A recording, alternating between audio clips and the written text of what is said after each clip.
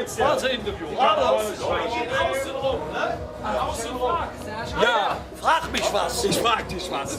Der Henning ist hier von den Höhnern. Henning, wie sah denn wie sah euer Programm heute am 11.11. aus? Es ist noch nicht zu Ende. Wir haben mit wehenden Fahnen heute Morgen angefangen.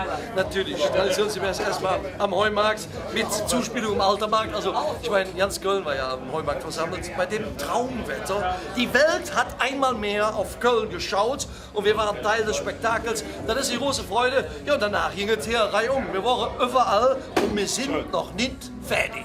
Das ist schön. Henning kann nicht nur singen, er spricht natürlich auch sehr gut.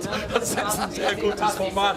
Ich bin also stolz, Sie können auch draußen an den Bildschirm stolz sein, dass wir den Frontsänger, sag ich jetzt einfach, Frontschneuzer erleben. Henning, Bier.